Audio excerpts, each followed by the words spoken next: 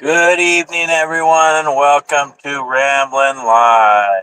Marty here. Let's switch the camera so you can see me instead of the truck stop here. Give me a second here. There I am, bigger than life. Okay. All right.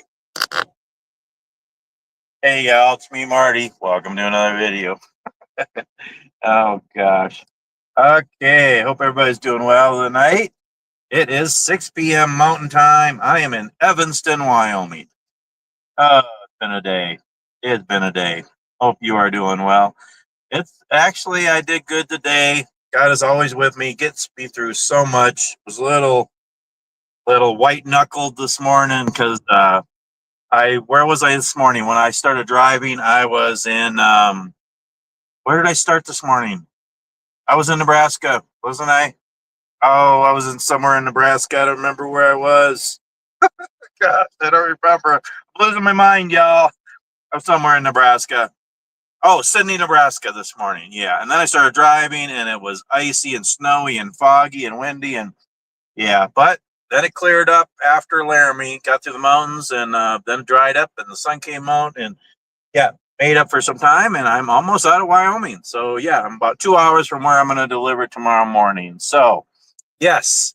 Let's get on with it here. So I'm not going to do a lot of talking in this live stream. I'm going to let somebody else do it. Yeah, you're like, yes. So I thought I would do something a little bit different in this live stream. I try to do a live stream on Saturdays, sometimes Sunday. Sometimes I do it in the morning, sometimes the evening, sometimes afternoon. Try to switch it up and stuff. But and I always talk about woodworking and outdoor stuff and different my hobbies. I have a few hobbies and I have a lot of interests, just to keep my mind busy and always learning, always growing, be productive. And today we're going to talk about a hobby that I don't talk about too much on my channel, but it's something I like. I don't know a lot about it, but it's fun to learn and stuff. And it's history, specifically U.S. history. Okay, so I decided it'd be fun to do something different and have a guest on. So I'm going to have my friend Robert from New York. Robert from New York. I don't know why I say it like that. It's not New York, London, or York, London. It's New York, USA. Anyway, but it was named after. It's really interesting. All the states and the cities and everything that are named after places in England because it was the Europeans settled this country, and it's okay. Anyway, so I don't really know a whole lot about U.S. history. I know a little bit, and what I've learned has been in three areas basically. One, I did take some college classes a few years ago while I've been trying to get a 4-year degree for like 20 years and I still haven't got it. And that ship has sailed. I tried to finish the degree so I could teach because I really enjoy teaching. And anyway, unless God opens another door, that's probably not going to happen. But I enjoy teaching. But so I worked in a few years back, about 6 years ago. I worked in a couple of schools as a para and as a substitute teacher, and I got to work in social studies classes and all other classes too. But I like the social studies ones. And helping teach the kids, I learned a little bit about U.S. history, and then also working in the schools, and also taking college classes, and then also watching Crash Course on YouTube with John Green. Mr. Green, Mr. Green. I don't know if you guys have watched it. You got to check it out. I used to watch it all the time, and they were funny and easy for me to understand the Crash Course videos. But so that's kind of where I've learned about U.S. history. I do have a few books, but there's a lot I don't know. I think it's really interesting how, and I'm a Christian, I'm a believer, so I think the Earth is really only about 5,000-6,000 years old, not millions. God created it about 5,000-6,000 years ago. That's just my personal beliefs of that, and but I believe it started with the Native Americans, and then the Europeans settled the country on the East Coast, and it moved and moved and it expanded and everything. But there's more to it than that, and I'm going to let my friend Robert, who I met through my YouTube channel, which is amazing because I didn't think I'd ever meet any people through my YouTube channel. That's kind of creepy because there's a lot of weird people out there like me. And but I've made a few friends, and I've met four people through my channel, and we've gotten to be really good friends. They're like brothers to me, and But yeah, Robert is one of them. And so I've actually only met him once, but we've talked a lot. I just lost somebody who all is on here. Please give this a thumbs up if you're already watching it and enjoy it. Also, comment.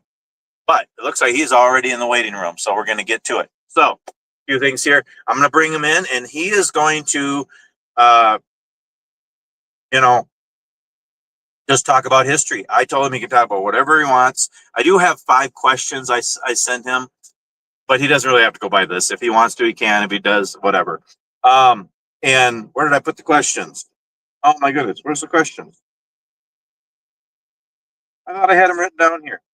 Well, number 1, why is history important? Why should we remember history and learn from it? Number 2, I forgot what they were. Well, I sent them to you. Robert, gosh, I wrote them down, and then where did I put that piece of paper? I rewrote everything, and then I lost it. Anyway, I think number 2 was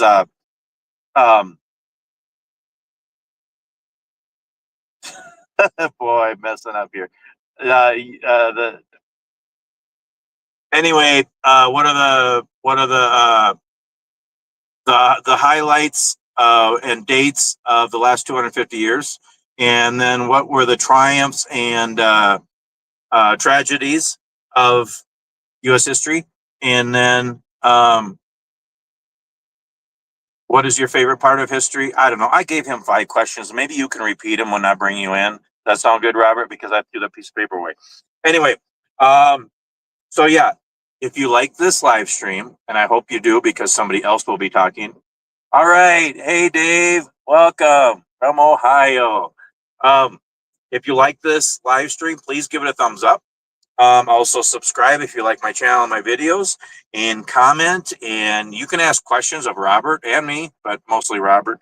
And yeah, share too. Also check out my Amazon links in the description, and the Marty's Ramblings merchandise if you're interested. Hey, Lynn, welcome. Lynn's on here too. We got the first 2 people are from Ohio. And then please subscribe because I think I'm at 1,391. So I only need 9 more subs, and I'm at 1,400. So can I get 9 new subscribers in this live stream? That would be cool. It's not about subscribers and views and everything. I just value each one of you. I hope that somebody is blessed by my silly ramblings. And yeah, and then we're going to talk about some other things. The other thing is I'm still eating dinner. I had a can of tuna, but then I'm having a cup of curry, and I'm eating that, and I have some cheese, and I have a coffee too. So, but yeah, I'm going to bring Robert in and let him talk for most of this live stream. I hope you enjoy it. We're going to talk about U.S. history. Okay, let's see. There he is. Okay, let's see. Get him in here.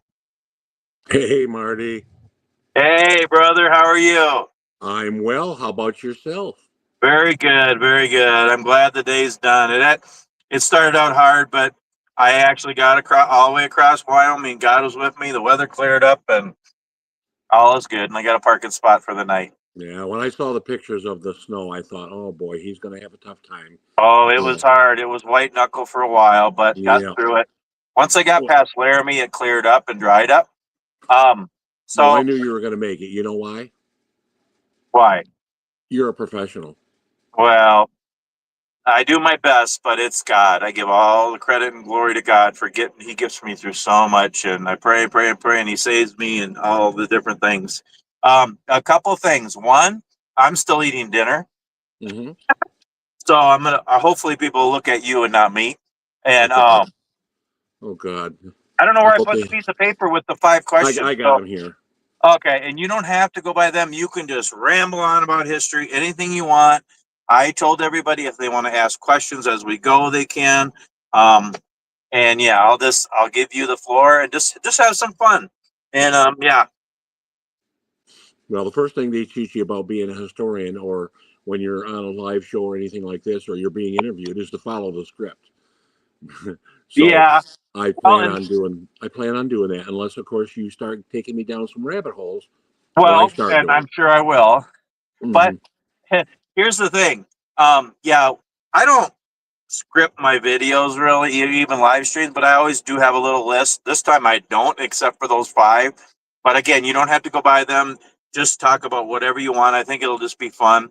And yeah, if we want to go down rabbit holes and go on to other that's what makes it fun. People like that, and we have a good time. So it's no pressure, just laid back and just have some fun. And I'm gonna eat my curry. Sure. Oh boy, look at that. Gourmet meal. Anyway, Yeah. so if you want, I know you've been on my show a few times, but you can introduce yourself. 5 minutes, tell a little bit about yourself, and then you can just go into it. Well, all right. My name is Robert Cohen, and I live in a little town near Fulton, New York. We're way up north. As I try to tell people where I am, I'm northwest of Syracuse, New York. I'm only about an hour's drive from Canada, the Canadian border. So we're way up north.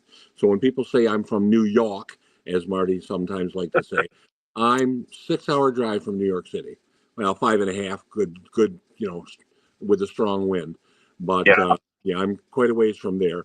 But I grew up in a very rural town. I've never left home. I've always stayed here, with the exception. Actually, I've never lived outside of the Fulton mailing address. And I've lived literally on the same property um, since the age of 2 years old, with the exception of 1 year when I first got married. My wife and I lived in the city of Fulton, and that proved to be too much for myself. I could literally, even in a little tiny town like Fulton, I couldn't take the city life. I'm a country boy from way back, and that's just the way it is. I tried it, did it, and moved on. So how But old are you again? I'm 66 years old. I'll be 67 the end of June. Oh my goodness. Okay. Yep. Yeah. Oh Okay. yeah. Oh, I know. I understand that. But You're a young pup. No, I mean that. oh yeah, right. But the funny story, when I was asked to be, well, first of all, I am the town historian of the town of Volney, Volney. As I say, it's just a little tiny town outside of Fulton. Fulton itself is only about 9 or 10,000 people strong. The town of Volney is about 6,000 people. And anyway, we moved here, like I say, ever since ever since we've been married, my wife and I. We've lived in the same. Actually, I've lived on the same property, not even the same town, but the same property since I'm 2 years old. So I got a little piece of land from my dad, and it's something that we just love it out here. But anyway, I was asked the town historian job in my town is an appointed position. It is a very, very small paid job, but it's an appointed position, and it's one that we, as I Hi, say, honey. it's not a big deal. I'm sorry. Oh, sorry. My wife just got on. I said hi, honey. Oh, okay, very good. Sorry, All I right. wasn't talking to you. I Well, mean, I was well, I hoping mean, so. Yeah, but anyway, as I say, when they first asked me to be the historian, I actually turned them down. They offered me the position, and I turned them down because I was still at the time working full time, and we were expecting a grandchild at the time, and the timing wasn't right. And then the position came up again, about 3 years later, and they came to me once again and said, "We'd really love you to do this." And I said, "You know what? The timing is perfect now. I'd love to do it." So anyway, so that's how I ended up getting the position of town historian. I've been there just over 3 years now. So I started on January of 2022, and I'm having the time of my life. It's a job that was really, it's something that I've wanted to do for a long time, and I'm so glad that I had the opportunity to do that. So that's so neat. And you have your own coffee pot. I do. Yeah, I got my own office. Actually, I have two. I have two rooms. I have an You know, actual office, and I have we call it the museum. It's a room right next door, and it's literally a little museum, just a tiny little room. It's probably, I don't know, it's probably 12 by 12, something like that. But we keep all of our artifacts, in that and displayed. They're all labeled and everything. So if we do get visitors, the history center is open whenever I'm there, and typically they expect 10 hours a week from me, and I usually give them a good 30, 35 or more hours a week easily. okay. But like I say, it's not a job, it's a position. It's a lot of fun. I So was talking to Marilyn today after the weather and everything. I'm like, I'm so ready for a desk job. Yeah, I would yeah, love to work another 20 years, some kind of desk job doing, I don't know, just something different, teaching or I don't know. But yeah. I'll probably just Well, as you know, I take the traveled. truck into the ground. Huh? Yeah, as you know, I traveled a lot of years too in a Yeah. Yep. different Yep. job, and I wasn't a truck driver or anything, but I've been in all the lower 48s. I've never been to Alaska or Hawaii. Those are the only two states I've never been to, but I've been to all the lower 48s and all the provinces of Canada multiple times. You know, so I've traveled literally. I've been to Europe like 13, 14 times. So I'm not going to say I'm a world traveler, but I certainly have seen a lot, and it's been a real hoot for me. It's been a real pleasure to be Well, able to see our country. you've been to Ireland a bunch of times too, Yeah, right? I sure have. Yeah, That is so cool. yeah, yeah. I used to. One of my best friends, he had a tour company, and I basically used to get free trips because of the fact that I would go and help him. I would work. I definitely worked while I was there. I did a lot of work. I was kind of like I took the place of a travel guide. I would literally be on the bus with the driver, and I would show people all around the island for the time that they were there. Sometimes as little as 4 or 5 days, as long as 2 weeks. But anyway, it informed me, it afforded me to see a lot of country. And of course, being a historian, and I do consider myself a historian only because I've been interested in it my entire life. Technically, I've only been a historian for 3 years, but I think I've been one my whole life. And wherever I go, even when I sang in a barbershop quartet for 25 years, the same guys, and we would travel all over the world, with them. And wherever I'd go, I would always make it a point to find out the local history, what was going on, what they were famous for, and of course the other guys, they would just kind of lounge around, just take it easy. But not me. I had to be out and about. Yeah, that's wonderful. Yeah, So you probably became the historian about around the time we met or started yeah, talking. right about that time, maybe just a little bit after. I think I knew you a little longer than that. I think you and I met about 21, somewhere around that Yeah, we December. were talking about that the other day. Yeah, it's I think it crazy. was. Yeah, I think it was actually just as a matter of a couple of months because I think I met you in November or December of 21, and Yeah, yeah, crazy. and I started in January 22. Okay, So okay. yeah, but anyway, well, your first question was why is history important, and I think history is really important because it basically allows us to become better informed citizens. You know, Mm, and especially when you're talking about history of the United States, I think it shows us collectively, as a group, a collective group, that being informed, I think, is a really key element in maintaining our society. Um, you have to be um, you have to be in tune and in touch of what's going on. I am surprised when I talk with people about how very little they know about the history of their own town, much yep. less and I think to myself, of course I would never do this, but I think to myself, my God, how did they get through school? They don't know certain things, and a lot of Well, people have an idea what they think that was, but they're really misinformed. They either didn't do the homework assignment or they didn't care enough about it. Well, I was just the opposite. I couldn't enough of history. Now I'm going to tell you, I got to be honest with you. I joke around a lot, but I'm going to be totally honest with you. I was a solid B minus student. I was right in the middle. I wasn't, I didn't better excel. than me.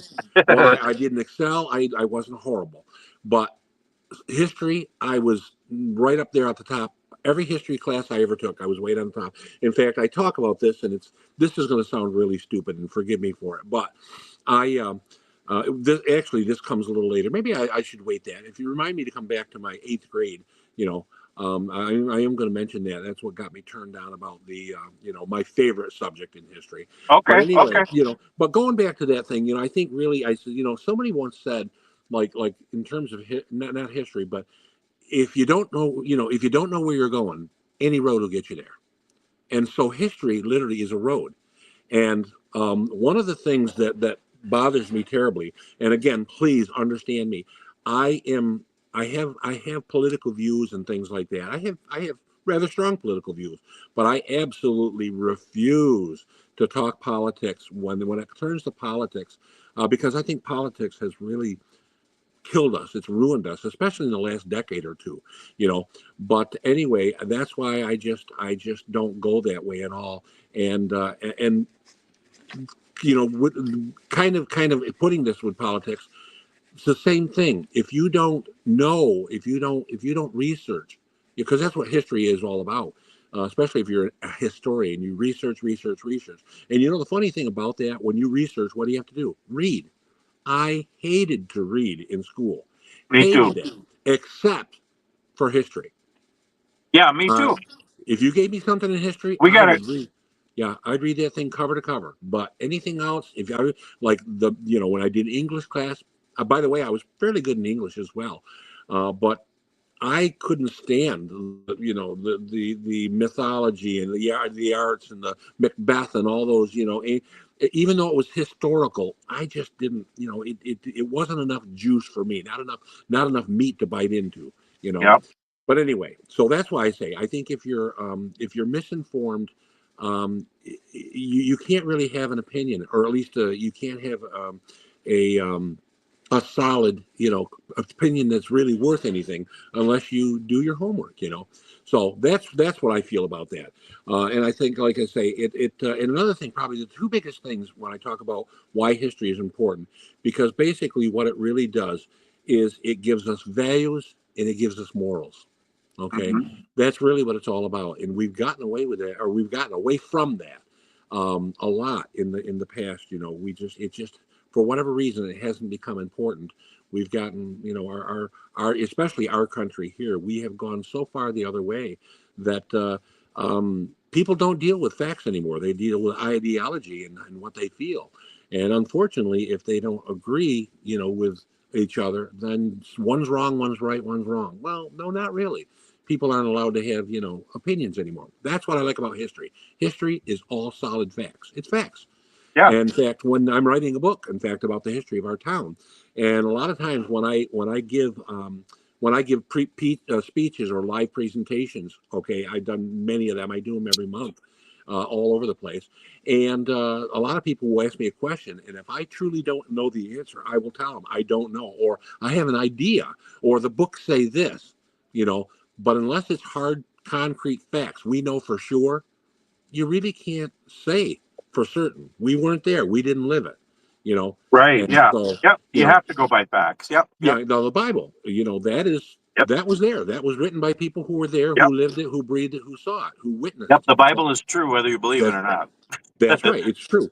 And the same thing with these history books. For the most part, they're probably true. But a lot of times people will misinterpret, and that's why sometimes a lot of facts and figures get convoluted over the years. They get watered down because somebody wrote something that wasn't necessarily true. When you're writing and you're publishing, it has to be categorically 100% true, or you can't write it that way. You know, it's just the way it is. So, anyways, that's why I feel about it. You know, I think history it allows people to work through moral dilemmas. Okay, Yeah. Well, you the thing is, too, people change their values and stuff. But I mean, if you're American, if you're born in this country, if you came to this country, I mean, you should go by the values of this country for the right, most part. right, And right. you know, I like I said at the beginning, I learned some in school because yeah, the only class I liked were English and social studies. That's the only two I was good at. But I was bullied so much that I didn't really do good at anything in Right, school. right, right, But right. later on, I learned taking college classes and helping teach it in a couple of schools for a while and watching crash course videos on YouTube. So, Right. you know, but I mean, at least I know some basics, but I think everybody should know something. The other thing is um, to know what the values and foundations are of this country and the good to repeat the good things that we did and to know not to repeat the bad things. That's right. Well, I'm not You know, sure so who we have said to. this. I should have looked it up, but I'm not sure who said this. But we've all probably heard the phrase. You know, if we it was I believe it was a president, one of the presidents. I want to say it was either Teddy Roosevelt or possibly Franklin Roosevelt. Don't quote me on that because I really don't remember. But anyways, it was something. And in fact, I don't even know the exact words, but it was something to the effect of. It was during World War II. That's what makes me think it was Franklin Delano Roosevelt. And he basically said that if we don't like history, we're deemed to repeat it. Okay, something Yeah, about yeah. that, If we and don't it's like know it and if we remember it, don't, yep, yeah, we yep, we have to listen to history and look at it, because if we don't, we're going to be deemed to repeat it, and all the mistakes that we made the first time through. You know, I just believe history is what it was. It happened that way. I'm giving you a perfect example on that. Now, I went down to, I went down to visit one of our mutual friends, Tyler, in North Carolina. The first year I went down, which was, I think, 3 years ago now. And again, this is just an example I'm going to give you. This is kind of substantiates what I'm saying. And again, I'm speaking as a historian. This is why I preface this whole thing by saying I don't get political, because I don't share my views. I just yeah, don't. I don't do that, particularly with friends and relatives. I've seen so many relationships go bad, especially recently. I don't have that problem because I don't talk it. But I went down there, and he was taking me to a little tiny town called Graham, North Carolina, and it's only a few miles from his home in Burlington. And of course, Civil War is a lot to me. You know, is one of my favorite topics. And he took me down. Of course, he knows that. We've known each other for several years now, and he took me down to the town square. And down there in the town square, they have a statue, a rather large statue, and it was to one of the Confederate generals. And I don't even remember which one it was. Honestly, I don't. But anyway, the sad part about it was the fact that they actually had to put a 12-foot wrought iron fence around this statue, because people were threatening to damage it and tear it down and this and that and everything like that. And, you know, to me, you tear down a statue, that's not going to change history. It still happened. That's the way right. it was. That's the way it is. So Well, that's why I say what we need to do is learn from that history, which is yeah. what I'm talking about. We got to So learn from that and don't repeat those mistakes ever again, because they're right. So wrong. many Let's people face want it. to change it. You can't No, change it, and no, so yeah, it's hard because a lot of things represent certain things, and sure. but you can't really change it. Same thing with books. A lot of people want to take certain things out of books, Right, like right, classical, really good books. right. Maybe they weren't really good things that happened, but there's the books are still good, and you can't just That's take them right. out because Right, we knew they were wrong. right. So you can't change history. It's part. It's good to know it, and That's just right. don't repeat the bad things. Right, exactly. Uh-huh. Uh-huh. For sure. I mean, but like I say, there's a lot of there's just so many stories that have gotten convoluted over the years. And a lot of times I for example, I remember going to well, let's see, was it 2 years ago, I think it was. We went to my brother and I, we go to Gettysburg we probably been there 12, 13 times in the last 30 years. And we try to go down. We used to go down almost every year, but we kind of fell as we get a little older. You know, we miss them here and there. But we're going to be going down probably this fall again. But anyway, I remember going down there, and we're on Little Round Top. It's a very, very famous place, you know, in Gettysburg. And I remember sitting there, and there was a person talking to several other people, and I guess he was probably oh the resident expert or so. And I wasn't eavesdropping. I truly was not. But the things that he was telling the group of people that he was with, he wasn't. By the way, he was not an official. What do you call it, the guide or anything like that from the service, from the park service. But anyway, incidentally, remind me to come back to that as well. Okay. But I was actually, yeah, I took the test for that, and I did very, very well on it. I never did take that. I didn't take the opportunity, the job. It was offered to me, but I didn't. But anyway, I was listening to all the facts and figures, and I would say probably two-thirds or more of it was just not true. The stories he was telling were not true stories, and the numbers and facts and figures he was giving, you know, he said like 51,000 men died here in 3 days. You know, well, 51,000 men were casualties, and of course, knowing what casualties don't mean dead.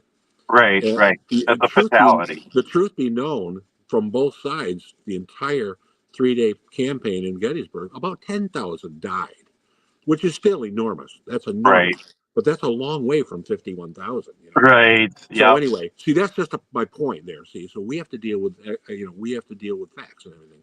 And Yep. of course, Yep. it wasn't my place to correct him, and I wouldn't do that because I certainly wouldn't want to embarrass anybody like that. But that just gives you an idea that so that's where I'm at with the trying to be truthful and try to know everything. So if I don't know, I truly will say, I'm sorry, I don't know that, but I can tell you this: I can find out and let you know tomorrow. I'll Yep. research it because that's what I love. I live for researching.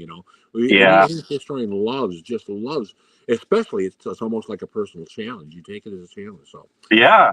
but anyway, I don't know if we move on or we're probably never going to get through this thing. Your second question was, how did the United States become the U.S.? And that's a very interesting thing. I heard you before you got on, and I totally agree with you. Um, Now, this is according to the history books. Okay, according to the history books, the first humans arrived here around 15,000 BC. I'm with you. I don't think that happened that way. I don't think we've been around that long. I don't think God created Earth 15,000 years ago. They'd say that the dinosaurs have been around for millions and millions of years and things like that. Well, I don't know. I'm not sure if that's true or not. I wasn't there, but Yeah. I just my You're own person. you're getting old, but you're not that old. Yeah, right, right. So, anyways, but anyway, I'm that was the kidding. thing. Now, the first thing, just to give you a little history lesson here, the first known that we know, according to the books, the history books, the first humans were called the Paleo Indians. Okay, and they were from the Bering Strait, which is basically northern Asia.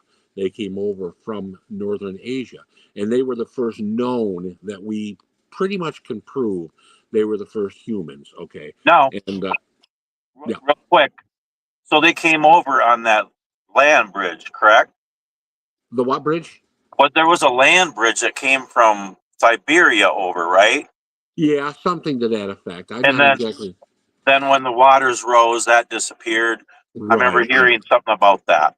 Right. All the seas were made then whenever, and that's how basically everything happened. Certainly, the glaciers, made amazing things, just amazing stuff there. But anyway, now I'm going to just give you a little thumbnail. You had mentioned something about you wanted to do like a little a list of some of the things and some of the most historic ones here, Oh and yeah, some. Okay, now obviously we start with like 1492. Okay, that's when the Columbus sails to North America. But of course, Columbus again wasn't American. Okay, he was sent over by Queen Isabella from Spain. Spain actually did have a foothold over here. In fact, we had a lot of countries that were here long before us. The Spaniards, the French, the Greeks were here.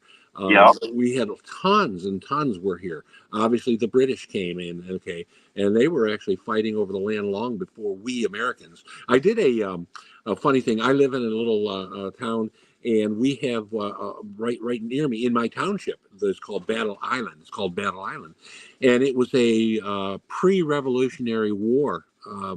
War, and it lasted only a matter of hours. But I remember one of them saying to me, one person, what question, what they said was that they said, well, what were we? Whose side were we on? And I said, well, who do you mean we? Because we weren't we at that time. That was prior to us becoming the United States.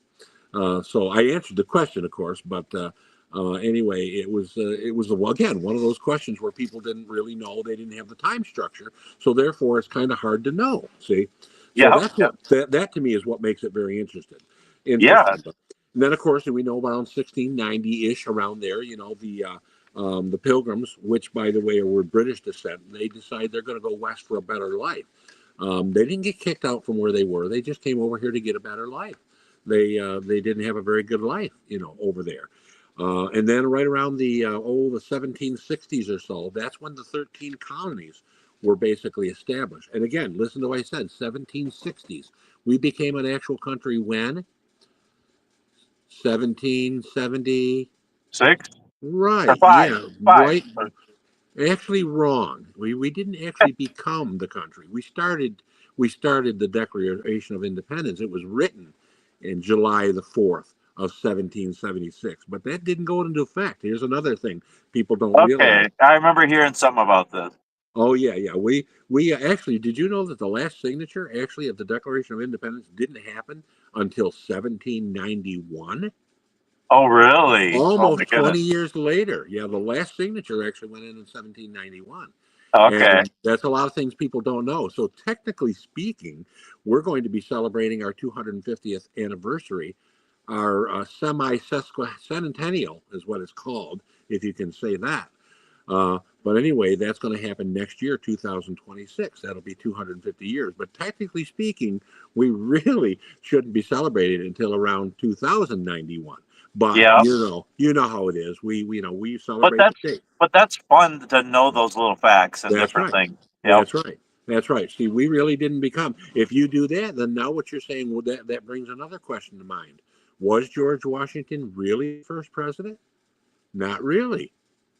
Not really. Thomas Jefferson probably would have been the first president, the third one, because we weren't a country legally until Oh, 17. yeah. Yep. We got our independence from Britain, but we still, because the independence or the Declaration of Independence and the Bill of Rights didn't go into effect until 1791. 1787, they were pretty much established, but the last signature that made it legal was 1791, which is kind of cool. Okay. But Okay. anyways, the American Revolution started in 1775, of course, which led to war with the British. Okay, and we know a lot about that in our area because we have a little fort that's literally just 10 miles from where I'm at right now, called Fort Ontario, and of course that's going to be on there. Yeah, the British tried to take that.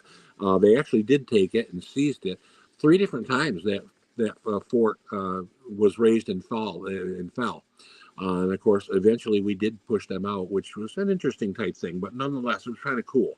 But the 13 original colonies, you've got Delaware, Massachusetts, New York, Rhode Island, Connecticut, New Hampshire, Pennsylvania, Maryland, Virginia, North and South Carolina, and Georgia. Those were the 13 original colonies. That's what it came down to. So when you saw the 13 stars with the little circular, that's what that was. And that's another cool thing. You can tell a lot of different things about the banner, the actual flag that was used. You can date wherever that history is being done just by the number of stars on that. Oh, yeah. And Yeah. yeah, Yeah. and of course the last star, Hawaii, wasn't on there until when? 1951. 50. Yeah. 51. A lot of people don't realize it was just that soon. It wasn't that that long ago at all. But anyways, you had mentioned the next question you wanted to ask was what are the key points and dates of the last 250 years? Now, I wrote down a few of them. Of course, I could literally list 100 easily. Yeah. There's a But I'm lot. just Yeah. gonna, I mean, it's just to try to thumbnail the history of our country, even albeit we're a very, very young country. In fact, you mentioned that I was I was over in Ireland. I've been there many, many times. I think 12 or 13 times I've been there. And what floors me every time I go over there is the country is so old. Their architecture, you go over there and you're in castles and buildings that were built in 800 A.D., 800, 900, 1,000, 1,200. Now, even 1,200, can you imagine that? 12, that's 500 plus years before we were even a country, Well, you yeah. know? That's what it's really crazy to think that it was, the Native Americans living in teepees and huts here. Sure. There was already buildings and all kinds of industry in other countries at that time. That's crazy to think. And we're a That's pretty exactly young right. country. We are a baby compared to many other countries, especially Europe. We are just we are really that young. It seems crazy to think about that. When we think Yep. about our history being 250 years old. Wow, we've been around for 250 years. Yeah, not that long. That's nothing. Yeah. But anyways, the first ones I'm going to hit some of the real big ones here. I would say now in the 1770s and the 1780s, of course, you had the Declaration of Independence and the Constitution of the United States. That's what was happening around that time. And then one of the big things that happened, 1803. Do you remember this in your history class? The Louisiana Purchase. That was a big deal. Now, why do you? Well, it doubled the size of the country. Oh, Really. it practically doubled the size of the country. All the Midwest and everything came there. We bought that from France.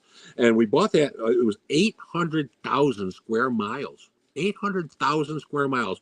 And we bought it for an astounding price. And that back then, of course, $27 million. That was nothing. 27 million. I mean, we spend that much on candy bars, whatever. I mean, it's just Yep. nothing. We bought half of our country, due to that. But it was kind of cool. But of course, the they had to have, well, let's face it, Lewis and Clark had to have something to do, so that's why we purchased the land, so they could go out west and Yeah. discover what's going on there, Yeah. But Yeah. anyways, and then the By the next, way, I'll yep. just say if anybody has any questions, just for Robert or me, but mostly for Robert, just shoot them out as we go. Now that's me. Listen, Marilyn. She says, being in Colorado, we didn't study this stuff. Now that really Yeah. surprises me. I didn't Yeah, know we that. don't realize it was different in different parts of the country and different Right, time periods. And right, exactly. Because Colorado was one of the later states as well into yeah. 1800s, you know. But then probably the next big thing I think would probably be comes along about 1823, and that would have been the Monroe Doctrine. The Monroe Doctrine, basically, that was all about European colonization. Okay, and basically what it said was that we would not. Back then it was let's see, who was it? Jackson, I think it was Jackson. Said that excuse me, James Monroe. I'm sorry, the Monroe Doctrine. It's named after him. That we basically would not, do any interference, in the governments of the American hemisphere, and so it kind of basically told us to keep our big nose out of things. We don't do that anymore, of course, but Yeah. and then the next thing, probably after that, we're evolving. I'm going to take us to the 1850s. The Dred Scott decision. You remember about that one? Do you? That was a very biggie. That was a Yep. legal case, okay, in which the U.S. Supreme Court. It was 1857 to be exact. It was ruled 7-2. It was rather overwhelming. Dred Scott, of course, at that time he was a slave, and it basically said that he was entitled to his freedom. That African Americans, they were no longer and could never be citizens of the United States. And of course, the Missouri Compromise in 1820 that declared that all the free territories west of the Missouri, north of latitude was 36 degrees, okay, was unconstitutional. And the decision, of course, added fuel to the sectional controversy, which pushed the country closer to what? What happens next? Civil War. Yeah. Yeah. Yeah. That's kind of 18. your passion, right? Well, it is. That's my biggie thing right there. And of course, the next big thing would be obviously the Civil War, and in particular, the Gettysburg, Pennsylvania. 1863 was a big year. That was the turning point of the Civil War. Gettysburg, in particular, it was that's I could talk literally forever on the Civil War, particularly Gettysburg. That's why I studied so much about that. I was actually, I think I mentioned a little bit ago, that I took the test and I passed it. And I wished I would have, I'll never know, of course, now, but I wished I would have maybe taken it up. I was like, I was 18 years old and just out of high school. I was Yeah. just about turned 19 years old, and I was a homebody. I didn't want to leave home. So I turned down the offer to do that. But anyway, and then of course, January the 1st of 1863, one of the biggest things ever was when President Lincoln, he signed the Emancipation Proclamation, which freed slaves, Yep. in all the southern, Confederate states, slave owning states. Now, what a lot of times people don't realize, did you realize though that there were a lot of slaves in the North? We Yeah. had slave owners in the North. A lot of people Yep. don't realize that. We were not goody two shoes up here in the North. We were Right. not. It wasn't everybody 100%. No. But the thing is, it was a matter of economy and whatnot. Whoops, I'm losing myself here. It was a matter of economy because obviously it was something to do. Was it right? No, of course it wasn't right, but it was accepted back then. And again, that goes back to the thing where we learn from our mistakes. Thank God we don't do that anymore. Yep. People are free. And then I think the next one, I'll move right along here, was 1876. Any idea what might have happened in 1876? It was a big one. Post Well, it Civil was War. 100 years. Yeah. Um. And it happened out in North Dakota. Now it's close to home, Marty. Well, wait. What year? 1876. How about if I said George Armstrong Custer, the Battle of Little Bighorn? Oh, okay. Okay. Yeah, that was when that happened. That was, Okay. I think there was a recent movie that came out about that too. Yeah, so Oh, it was okay. kind of cool. Yeah, That brings yeah, up a quick question. Sorry, not to go on different trails, but sure, it's interesting to you wonder how accurate movies are because I really enjoy movies, and right, I have a few actually. I have a mhm, couple in the truck here right. that I really like. Gettysburg is one of them. Okay, Um, you picked a good and one. I just wonder how accurate they are. So I have Gettysburg, I have Glory, I have the Patriot with Mel Gibson. I love that one. But Yeah, so the Patriot's more the Revolutionary War, and that's I right. think Gettysburg and Glory are the Civil War. Correct. Yeah, Um, correct. Yeah, they but did yeah, a you just very good wonder how job. accurate they are. Gettysburg was a very, very good movie. It was, and I wouldn't give it a percentage. I couldn't tell you exactly what it is, but a vast majority of that movie is factual. They obviously Hollywood took some liberties. They always Right, they got to and dramatize it, but I could probably do a little bit of research. I've done a little bit already, you know, not for tonight, but I've done some of it, and there are some of them that are really, you know, they're just wrong, but they embellished them a little bit. They were kind of right, but they weren't, you know, certain things that were said that were, you know, that really weren't. But anyway, that Gettysburg is done very, very accurately. Patriot is done very accurately. Mel Gibson did a great job on that. But there, of course, again, you know, they obviously embellished his character a lot, and right, you know, a lot of it did happen. Okay, but no, there are. But then, of course, there's a lot of them that were not done so well. You know, yep. particularly World War II. They did a really horrible job making movies in World War II because you know why? They were actually used. If you notice, a lot of the World War II movies, the old black and white movies, the ones that were done literally 2 or 3 years after the war, Oh or yeah. they were done for basically propaganda. Okay, and Oh, some of them were okay, yep. made. Yeah, some of them were made during the war was still going on, Okay. like the Korean War, like MASH. I love MASH. Okay, Yeah, and they take a lot of liberties in MASH. MASH, yeah. there's a lot of things. First of all, the series lasted 11 years, which was because the conflict lasted just over 2 years, not You're quite right. 3. Yeah. So, you know, but they did a very good job with that. You know, they did a nice job depicting things. But there were a lot of, I mean, I could sit there and pick 1, 2, 3 things right in a row out. That didn't happen that way because they didn't have that particular vehicle or whatever back then. But anyway, all in all, they do a pretty decent job, you know, not bad at all. So anyway, the next one would probably have to be 1945, the bombing of Hiroshima and Nagasaki in August 6th and 9th of 1945. Obviously, it ended World War II. And World War II, I know quite a bit Well, about. and Pearl Harbor was before that. Well, that's what got us into the war, Pearl Harbor. Right. You know, it obviously was a big day for us in terms of that because that's what brought us in. We were going to be in the war anyway. That's just the last straw. That's what literally that was the one thing that Roosevelt basically said. Okay, we're in now. They wanted the end. They were just looking basically for a good excuse to do it to get in because you know, as I say, Britain was Great Britain was probably our strongest ally at that point. And but anyway, that's what dragged us into and got us in there. And the next thing I'd probably have to go into, you know, I mean, I could name a lot of other things. You know, 1950s, you had the McCarthy hearings and things. That was a big deal back then. But a lot of that, again, a lot of that was because if you remember what that was all about, you know, that was communism and everything like that. And a lot of it was just propaganda, Yep. hearsay, and everything like that. It turned out to be legit, but it was not. It was so blown out of proportion, you know, that. And that's kind of, I think, the 1940s, the end of the 40s into the 50s.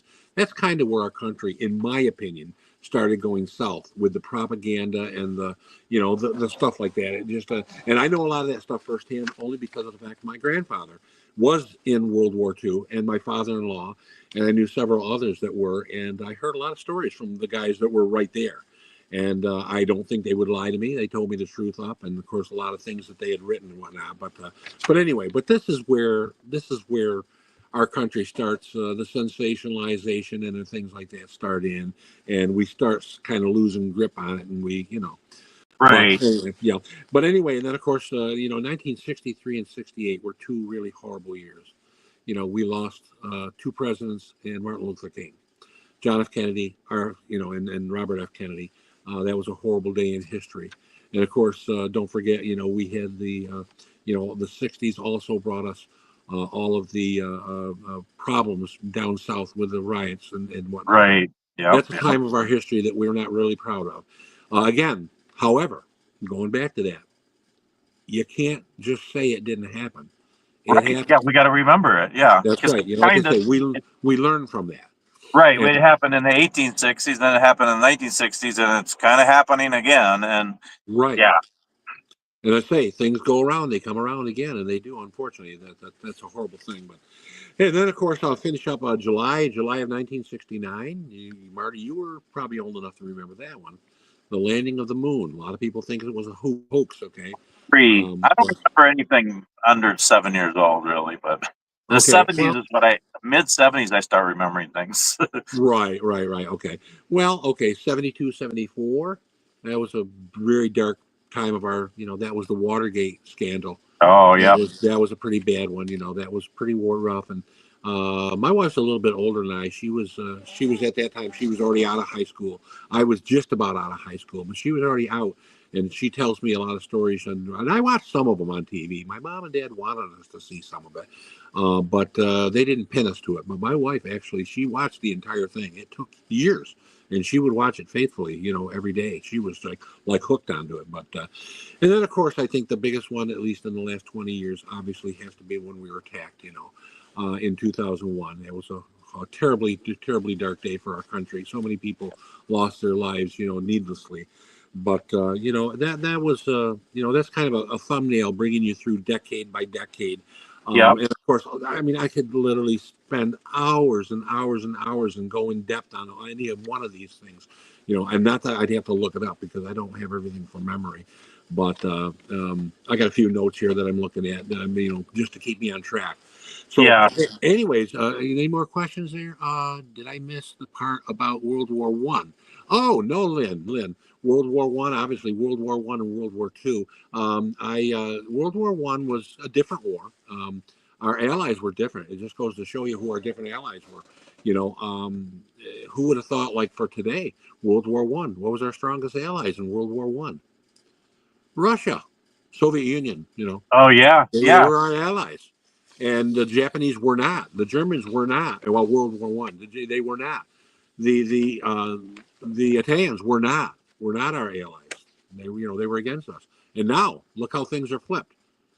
I know. Now It's crazy. now Great Britain and Germany, a unified Germany. I never thought I'd see that. That was a big thing in the 80s, of course, under Reagan. Mr. Gorbachev, take down that wall. We all Yep. know that being a very, very. I mean, the end of the Cold War was amazing to see that. When I stop and think about this, this is something here.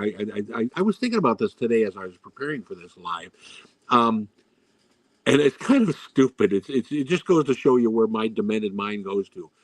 Who do you, in my opinion, probably the person that was the most not famous, but probably saw the most in their lifetime? And you know who I'm thinking about? Neil Armstrong's mother. Because Neil Armstrong's mother was born towards the end of the, Yeah. If you 17th were century, born in the 1800s. yep, And in you've seen 18, all the big advancements. Yep. she went from horse and buggy to steam locomotives and automobiles. She went from that to watching her son land on the moon. I mean, that from there to Crazy. there. Yeah. Her lifetime was as full as any person's lifetime could be. I know that's really sounds dumb, but to me, that's amazing to see Oh, that yeah. much I mean, yeah, horse and buggy to cars, and then planes and to ships, space and travel. then TV, radio, TV, telephones, computer. Yep. Oh yeah. All that happened in her lifetime, and she was born at the right time, and just pretty phenomenal as far as I'm concerned. Now Yep. here's your next one here. Anyways, what do you consider the largest triumphs and tragedies of U.S. history? Well, I can think of dozens and dozens of each, but again, I'm only going to hit on a few of them. I think probably the largest triumphs, in my opinion, were probably, I think, obviously, the first and foremost had to be what formed our country, the Declaration of Independence, the thing that we won our independence from Great Britain. We were a bunch of ragtag, basically an army that was, let's face it, the British Army there was none better in the world at the time. They were the best. They had Yep. the most numbers, the most the most unified. They had the best weapons. They had everything, and of course, obviously things changed for us when the Industrial Revolution hit. but didn't talk about that at all either. That was a huge one as well.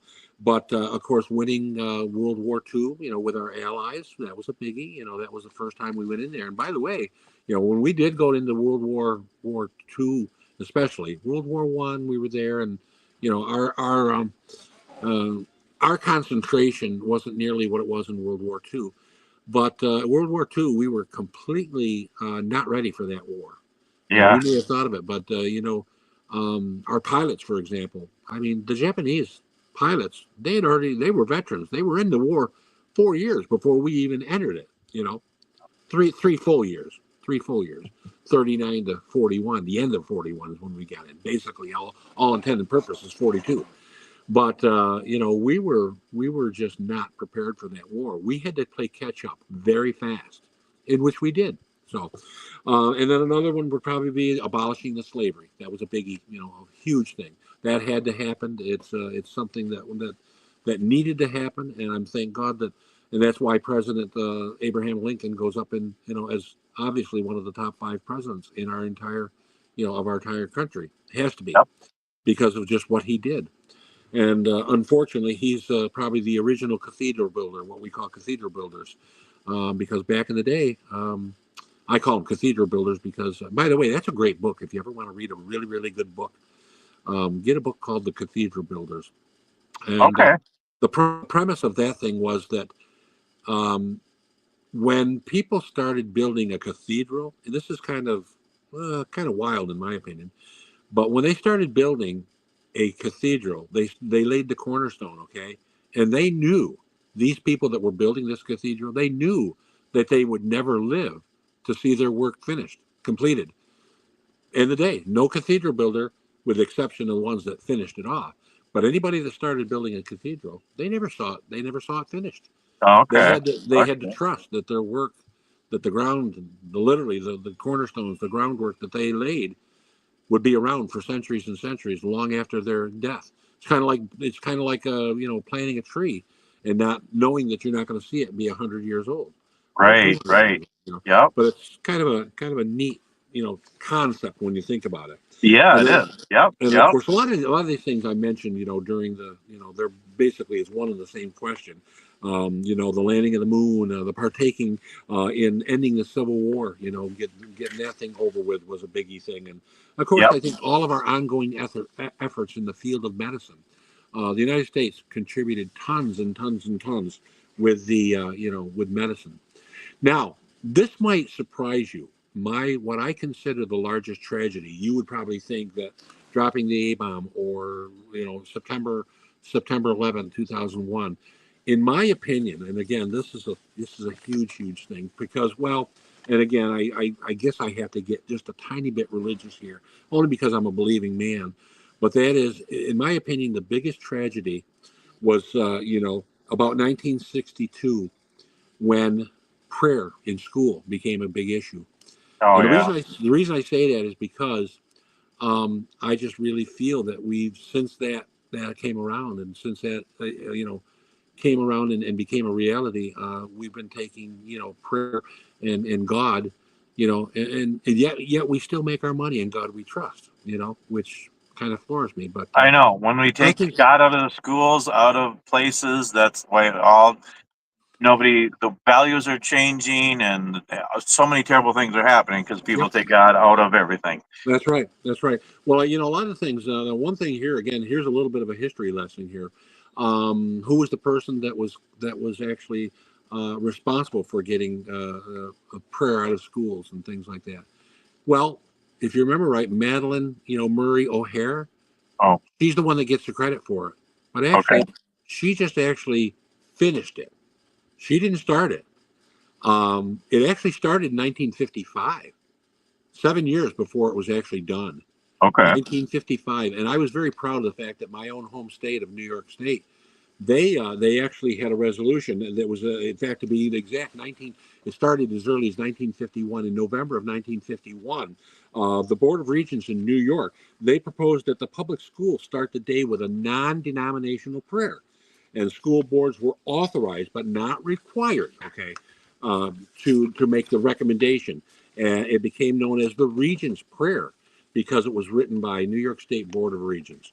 And the prayer was, it was actually 22 words long, which I thought was very interesting. And that prayer follows like this: Almighty God, we acknowledge our dependence upon thee, and we beg thy blessings upon us, our parents, our teachers, and our country. Amen. And that was the prayer. That was the original prayer. Now, it became a problem when we did the Pledge of Allegiance and the Our Father. Mm. That's when it started getting legs, and then that's when Manuel O'Hare, originally from, I think she was from Chicago originally, moved to Baltimore, and Baltimore, Maryland. She moved there, and she was the one that she was an atheist, and she was the one that pushed the initiative along with her son. And her son was by her side. In fact, her son took over after she was the president of the Atheist, Association. I'm not exactly sure the exact name of that, but anyway, ironically, her other son felt that his mother was wrong, and he basically denounced her and saying that he believed in prayer. And of course, she never spoke again to him the rest of his life. And anyway, that was a bad day. In my opinion, that was probably the worst tragedy that I think our country, and I don't think we've ever recovered yet. It's having a Yeah. comeback, which we're trying to have a Well, comeback now. it's interesting. I've been seeing a lot of videos and stuff, and people just talking about all the people that are against God and don't believe God and they don't want God and all this stuff. Right. Recently, the last couple of years, a lot of people are changing and realizing everything's getting worse because we don't let God in, and so Right. people are starting to be more open to God and realize that That's He right. is real. He's alive. He's the reason we're all here. That's right. Yeah, I agree. I think one of the big things that always stands out for me, and this is, I mean, so I learned a little bit about U.S. history and history in general in school, but I don't remember a lot because I was bullied and I dropped out after ninth grade because everything. Right. But I Right. remember some, but then I learned some in college classes, and I learned some, working in schools and helping teach social studies and history. That's where I learned most of it. And that's Right. where I really learned how we killed 90% of the Native Americans. Right. That's the big That was thing. a That tragedy. really, that's the That was worst tragedy for me. I have a heart for Native Americans, and the Trail of Tears. yeah, and Yeah. what the European settlers did, that's the only real big thing. Well, that and slavery and all that, it just doesn't make sense to me. No, I the way just, we I am how we could treat human beings that way just amazes me. and I mean, it keeps going too. I mean, okay, what they did to all the Native Americans, what they did to all the African Americans, and then yep, I mean, then it keeps going through history and the Jews and all that. I just makes me cry. What I am so glad we're all different, yeah, and yeah, I don't understand people who think they can rule over others because and just torture and kill. right. But Well, like yeah, I say, we can't forget what happened. Like that's what that thing. We can't forget or write it off because, like I say, we'll be destined to repeat it, and we certainly don't want to do that. That's something that we don't ever want to happen again. And I can tell you though, my grandfather told me, and I've heard this from many veterans, and they have all said the same thing to me. I've asked them a specific question, and there's an old saying that said there are no atheists in foxholes. And yeah, that's true. yeah, There's never been a person that didn't at one time when they were faced with their mortality that they didn't cry out to God or something like that. Oh God, get us out of here! And it's like, wait a minute, you're atheist, and they still said it. So yeah, really deep down is, who knows. But anyway, that was I think that was a very, to me, one of the darkest days. When we lost that. That's a personal thing to me too, and right. I to all of agree. us, Yep. to all of us, And but anyway, and of course, the last question that you had for me was, what is your favorite historical period and why? And of course, we've kind of know that now. It's obviously the American Civil War. I was very interested in that at a young age, and when I went to eighth grade, that's when I really got turned on. I had a wonderful man, Mr. Benjamin Canale. He was my eighth grade history teacher, and actually, he was, I didn't realize it, but he knew my grandfather. I never knew that until after several years, when I got into high school, I found out afterwards. Old Ben Canale. And the reason I find out, this is, of course, he's been gone for many, many years now. He's been dead for years. But of course, I knew this, as did most of us. He was actually an alcoholic. He kept a bottle right in his desk there. But I adored the man. Well, he met my grandfather through AA. I come from a family of alcoholics, and thank God my grandfather was one of them. There's nothing worse than a reformed alcoholic, believe me. They go the other way. My grandfather, God bless him, he gave up the drink, and he never touched it, never drank for the last 30 some years of his life. But anyway, like I say, he's the one that I attribute to the American Civil War. This is the part that I think I mentioned. I had me come back to it. This is really, forgive me for this because it's really dumb, but you got to understand, I'm eighth grade. I'm what, at the time, 13, maybe 12, 13 years old, 13, 14 years old, maybe 14. No, it had been 13. I think I was 13 because I started school very young. I started first grade 6 weeks after my 5th birthday. I never went to kindergarten. But anyway, I remember the last day of junior high school. Well, our middle school, junior high, only was 7th and 8th grade. And the very last day of the school, and of course, I'm graduating out and I'm getting ready to go into high school. And we all had to go to the assembly, just before the bus came.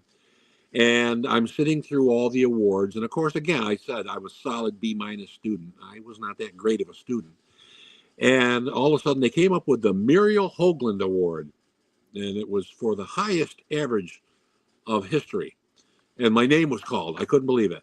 Oh, And it was a whopping $5 bill inside the envelope. That's what the prize was, a $5 bill. And to me, that was, you can only imagine how that was.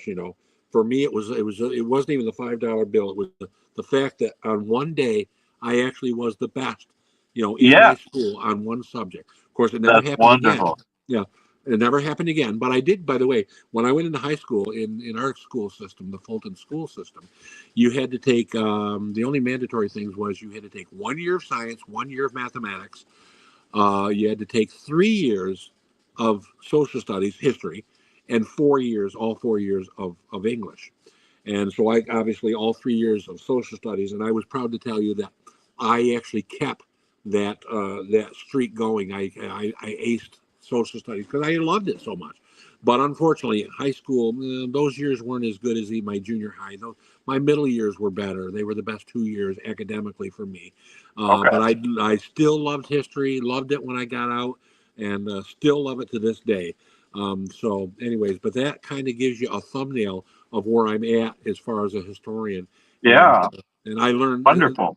every day when I go into my office, when I go in there, I am just in total awe when I look around my office and all of the knowledge that is within those walls, in the books, in all the files, the archives. Of course, I'm digitizing everything, which is probably going to be my legacy to, when I leave, because it has to be. We had a horrible thing happen in 1880 in our town. That's probably one of the worst things. That it drives me crazy when anybody ever calls on the phone or sends me an email or walks in the office off the street and they're looking for a family member or something. And the first thing I ask them is, I says, well, what year did they die? Okay. And they'll say, well, it was right around 1877. And I immediately have to say, I'm sorry, I don't have anything for you. Anything prior to 1880 was destroyed in a fire. Back in those days, they didn't have fireproof vaults or anything. Now we do. Yep. But anyway, that's one of the hardest things. I love helping people with their genealogy and looking up people and getting birth and death records for them. And I'm really proud to tell you. I can't tell you in 3 years how many things I've been able, even just little nuggets. Nothing really huge, Right. Yeah. but it's so satisfying to be able to help people out. And it's like, wow, this is fantastic. I never thought I'd have this before, and you've done so much for me. But it's very, like I say, it's very, very gratifying, very rewarding to be able to do that for somebody and give that to them. Yep. So that's probably the bottom line of being a historian, is just being able to, first of all, I'm satisfying my own needs. I've got such a thirst for knowledge, especially historical knowledge. And when I walk in that office, when I went in there, I was like, Well, I'm a hotshot historian, you know. There's not a lot I don't know about my town. Boy, I'll tell you, the words that you say that come back to haunt you, you know. Oh, Yeah. I know nothing about our town, nothing, you know, and every day I prove it because I just learn every single day how very little I do know, you know. Yep. And of course, what I do is I get in a lot of chat groups. I take a lot of courses online. I go to a lot of conferences. I'm currently next week. I've got 3 conferences next week alone to Oh do. wow. I've got a 250. Oh, that's another thing too. And I know it sounds like I'm bragging, but I'm not. No. But I was so proud about I don't know 4 or 5 months ago the county, they were putting together a committee for the 250th, the Yeah. semi-sesquicentennial, and I got a beautiful handwritten letter from my county clerk asking me, Bob, would you serve on the committee and represent Oswego County? I'd like you to represent all of the local historians from all the townships to represent Oswego County in New York State's effort for the 250th anniversary celebration. And That's wonderful. I was so proud to say. I mean, I was glad. First thing I told him was, Terry, certainly there's got to be other people that are certainly more deserving of this, and I probably do a better job. And no, your name came up. There was one other person we did ask prior to that, and his age and things like that, but he suggested you, and then I asked a few other people, and he said I didn't have to go any further. I knew I had the person I wanted. So I was just, I was just flabbergasted to That's be able wonderful. That's to an be, honor. That is it really neat. sure is. And so next week we've had like 3 meetings already. And you might guess, it's going to be a huge celebration. We're going to try to do a lot of different celebrations for everybody, around. Let's see, what's that say? I was talking about the wall just a few days ago. Uh, DI. Oh, that's Lynn. I, Yeah, that was a while. Yeah, I think he already went off. I think, but yeah, oh, he was did he? asking about when you were talking about the wall in Germany. Oh yeah, yeah, yeah. But So yeah, it's so neat. Thank you for all of this. I learned a whole bunch of tonight, and it's really interesting. When we talk about all the the bad things that happen, but I am a true American. I'm a patriot. I mean, this country isn't perfect, and nobody's perfect. No country's perfect, but I think this country's better than most, and I absolutely. am so proud. I am. I mean, like I always say, I'm a Christian first, then I'm American. And I mean, but and I have a lot of respect for anybody in the military. I wasn't in the military. I wish I could have been, but Yeah. I I have a was. lot of respect because they gave so much, and a lot of them gave all. That's right. And even doesn't matter about all the politics or the reasons for wars. That's all hard and everything, but they still fought and gave their lives for their country and for God, for their families. Even if they weren't sure about all the politics and the reasons behind it, they were still away from their families and suffered and died. And I think that's just amazing. So I have a lot of respect for That's anyone right. who, and we're talking the Revolutionary War, the Civil War, World War I, World War II, Korea, Iraq, Afghanistan. I mean, Yeah. anything we do, to try to stop evil, Yeah. and to fight for good. And yeah, Well, a lot of the vets, that's one of their sayings. And I'm not going to say it's a slogan, but and again, I'm paraphrasing because I don't remember exactly. I've seen it many times. I'm sure you have as well. Some gave much, or many gave a lot. Some gave all. yep, yep, yep, And that's where that comes from. And in fact, I'm working on something in conjunction. One of the first things I'm going to do for this 250th anniversary, I have 3 cemeteries in my town. My little town has 10 cemeteries. oh That's hard to wow, believe. Of course, some of them are tiny, 18 graves, very small family type plots, but nonetheless. But anyway, I've got 3 of my cemeteries of 10 that have Revolutionary War veterans in it, and I'm working on getting oh, hey Chris. hey uh Chris. but anyway, I'm working on getting they're called patriot signs, through grants that recognize Revolutionary War veterans are buried there. So that's one of So my first things I'm working on. that's wonderful. So a couple of things. Oh, I got a few things. I'm just So first of all, it's kind of neat that the 250th is next year. 2026. That's when it's going Okay, to be. because it's our 150th for our church, so that'll be Oh wow, interesting that's too. great. Yeah, Nice. and I'll be 60 next year, and Marilyn and I have been married 20 years, so that'll be a good year next A lot year. of anniversaries.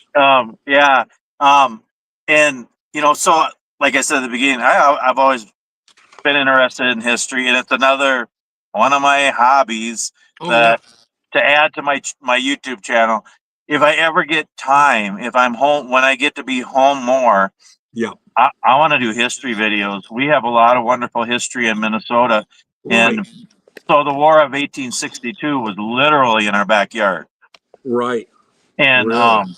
there's a lot of history there. And this makes me want to go. We have a really good history museum in Litchfield, and I've been there a couple of times, but I need to go there and do a video. It is really, really good museum. It's not real big, but it's a really good museum, and yeah, there's just so much history, and yeah, I want to learn more about that and do videos on that too eventually when I get more time. But and Right. you need to start making more videos. You have so Yeah, I much to know you share. said that.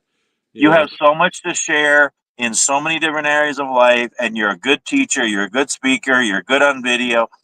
I mean, seriously, even if it was just little snippets, little different things here and there, I think people would love it, and your channel would explode. Yeah. Well, it's the one thing, Marty, though, a lot of people is, I mean, we truly are, historians. We're history geeks, and that's what we do. But a lot of people just aren't interested in the least bit about it. So what I try to do, this is what Mr. Canale did for me. He made it so absolutely interesting that Yeah, he drew you in. And so that's the one thing I would say his legacy, at least to me, would have been, is that when I do history type things, I try to find weird, strange, interesting, funny, fascinating, any other adjective you can, antidotes or things that draw people in, because it yeah, only takes a thing. I remember, this is kind of a funny thing, when I was traveling around. I think I mentioned several times, when I was a young kid, I used to travel around all over the country in Canada with the marching drum and bugle corps, and I felt horrible for our bus drivers. And what I would do is, I would literally, this goes back to even younger than eighth grade. I mean, I'm talking probably elementary, fifth, sixth grade when I started. And I would go up and sit on in the aisle. When you in a coach bus, he'd be driving. Oh, Lee, he, in fact, he's still alive, and he still tells me about this. He said, Bobby, he said, he says, you cannot believe how wonderful it was having you coming up there. And I'd had history books or whatever. And Lee would say, is that a fact? And I said, that's a fact, Jack.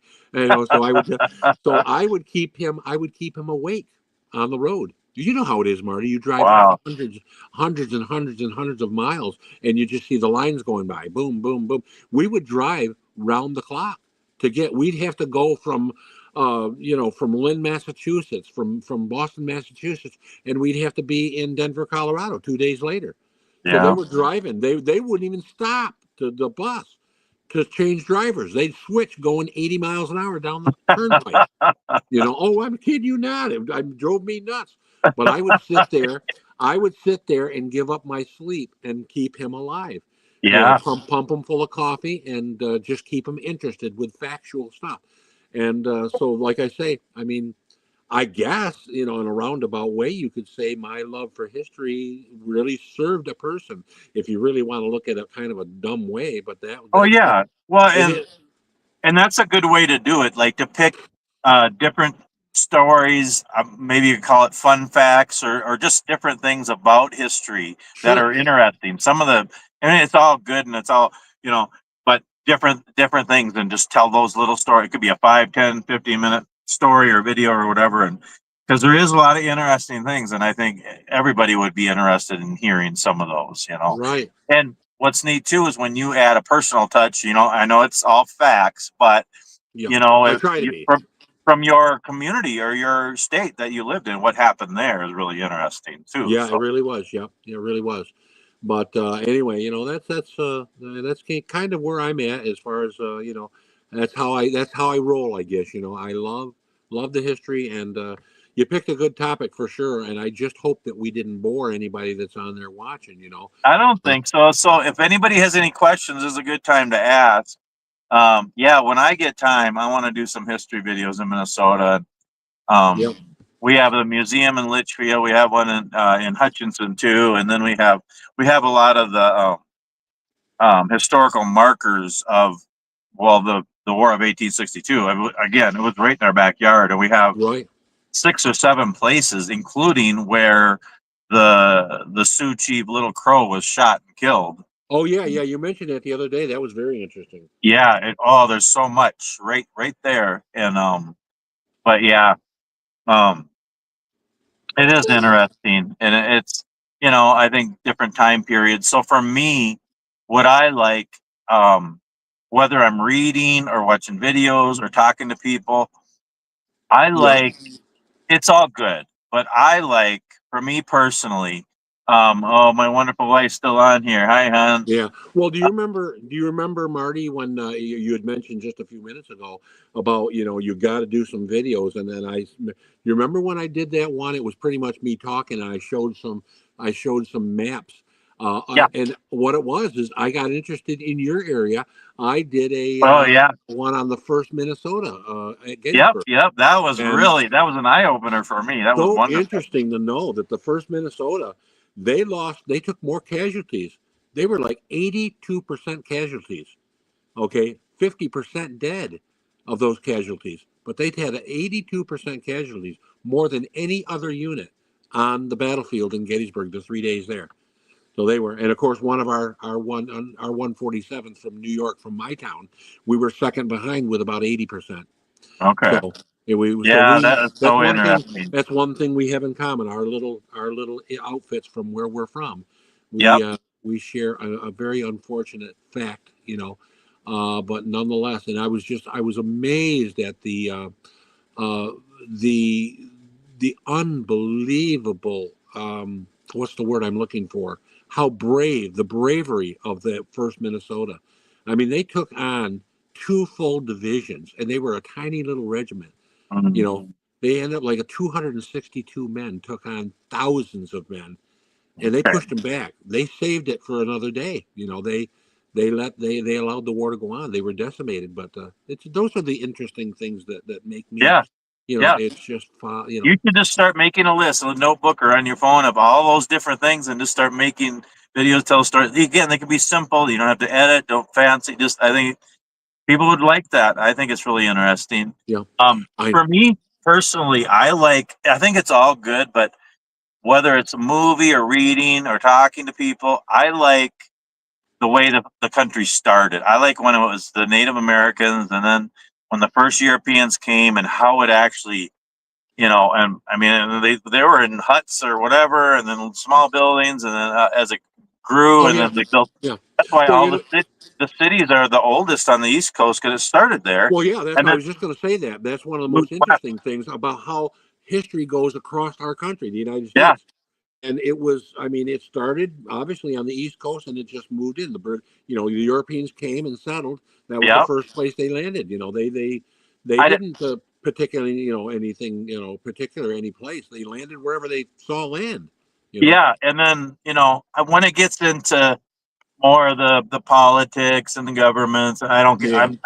I'm not as Yeah. interested. But the Same the here. first the first 50 years, 100 years, or whatever, and then also, and I don't hear much about this, but at the same time the Europeans were coming in the east. Um, what wasn't there? Was it? Um, I don't know what country was coming in on the west coast. That's what Angel Island is in Oh, okay. California, right? Yeah, I'm not sure about that. I don't hear about it as much, but it was about the same time or a little later because there was Okay. Ellis Island there on the east coast, but then there was Angel Island, I think, on the west coast, and people Well, were I would coming think in it from would probably be something Asian because yeah, yeah, the more Asian Indonesians, come, and this Hawaiians, is This is later on. This Yeah, this is probably in the late 1800s or early 1900s or whatever. But that's right. interesting too, because that's why there's more Asian on the West Coast, Oh and the yeah. East, it's European on the East Coast. Oh yeah. And here Yeah. we're in Minnesota, and we're more Norwegian than anything, and Swedish. Well, did you know the Japanese actually got into the mainland here? They actually made it to the Aleutian Islands in Alaska. Oh Oh, okay, yeah. Oh, that was a big deal. They actually landed there, and okay, oh yeah, a lot of people don't know anything about the Aleutian Islands. That was a big, big deal back in World War II. okay, You okay. betcha, you betcha. They got here, and a lot of people didn't. Well, we were never attacked. 2000. September 2001 was the first time we were ever attacked. No, that's not true. Again, that's one of those ones where, Yeah, no, you got to make a not. list of all these neat little facts that a lot of people Oh, don't know, or maybe this just it's kind of buried in the books and stuff, and that's really interesting. It makes it fun. no. Okay, But here's another one. Here's another one. To throw out at you. Okay, why did the two armies in Gettysburg, or why did they clash at Gettysburg? Now the story is the Confederates needed shoes, and that's why they came to Gettysburg. Right? There's no shoe factory in Gettysburg. Never was. Still isn't to this day. It's true they needed shoes, but they didn't come here to get the shoes. There were no shoes, here. They okay, landed. They was purely Robert E. Lee he needed a major victory. He was desperate for a major victory. And the real reason, the biggest reason they went to Gettysburg was because they wanted to get to the farm laden lands. The food is what they needed more than anything. Yes, they did need shoes. It's true. It's true. And they probably, would like to have had some. But like I say, there was no shoe factory there. Like some people tell you, oh, there's a shoe factory there.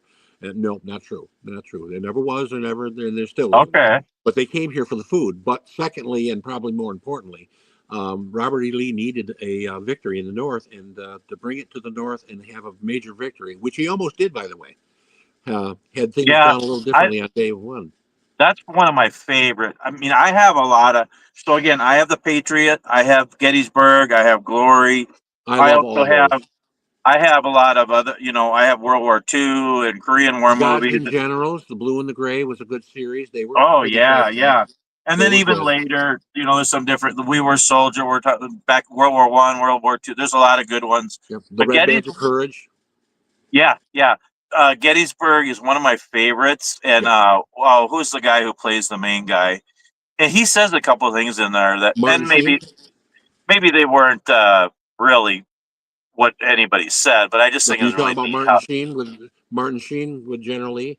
He played General Lee. Oh yeah, that's right. No, Yep. the guy who was the leader of the Union Army. Uh, The George Meade. Well, yeah, I mean the guy who was the head of the troops or whatever. I Well, can't think. he was the.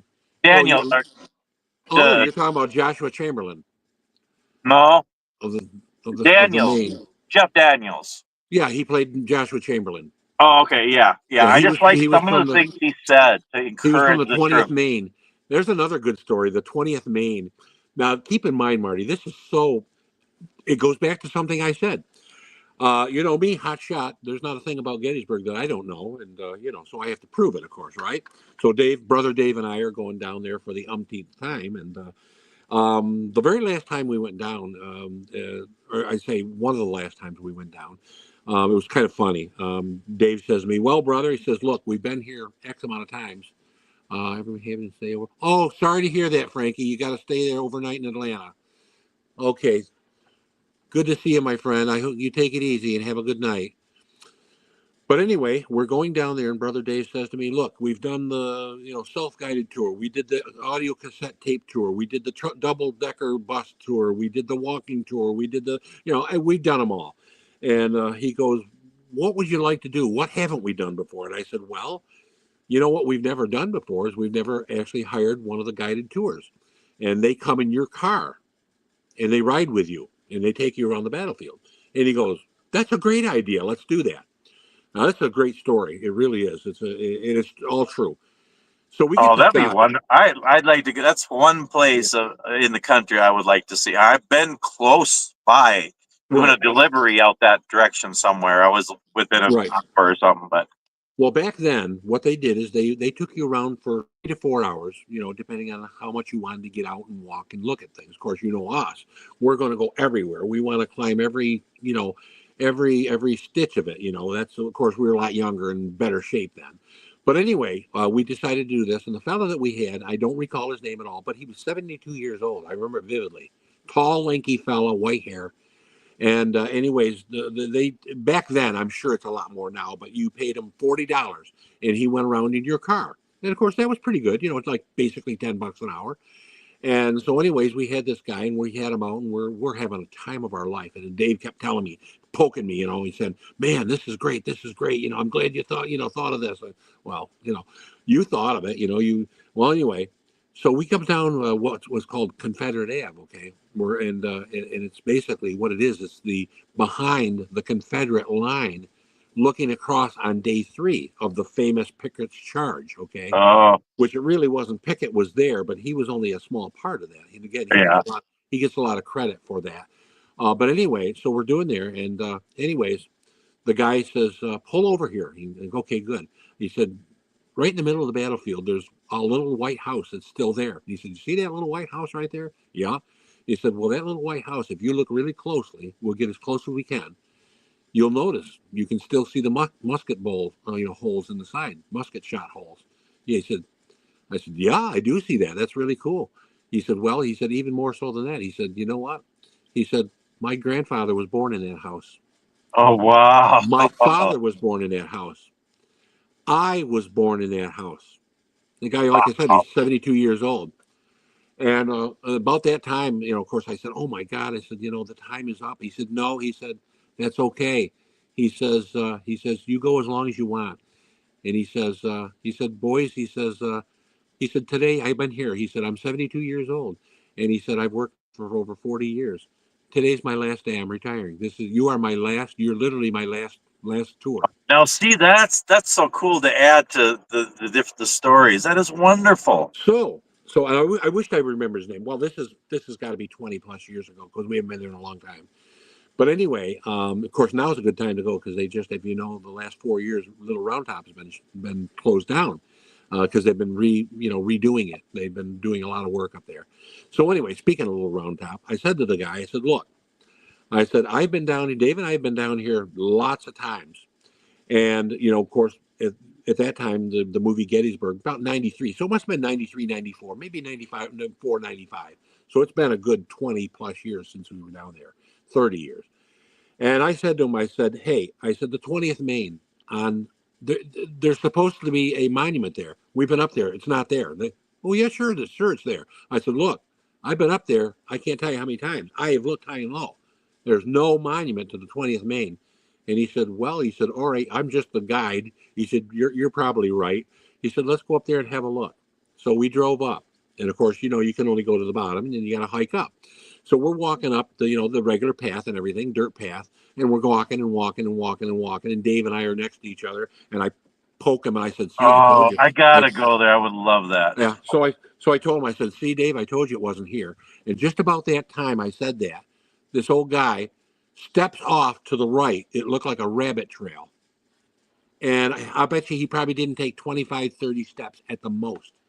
And there behind, you would never know it was there. This is why you got to get a guide, because you would never know it's there. You're talking to a guy who was going to work there at one time, who was going to be an actual, guide for the Gettysburg Military Park.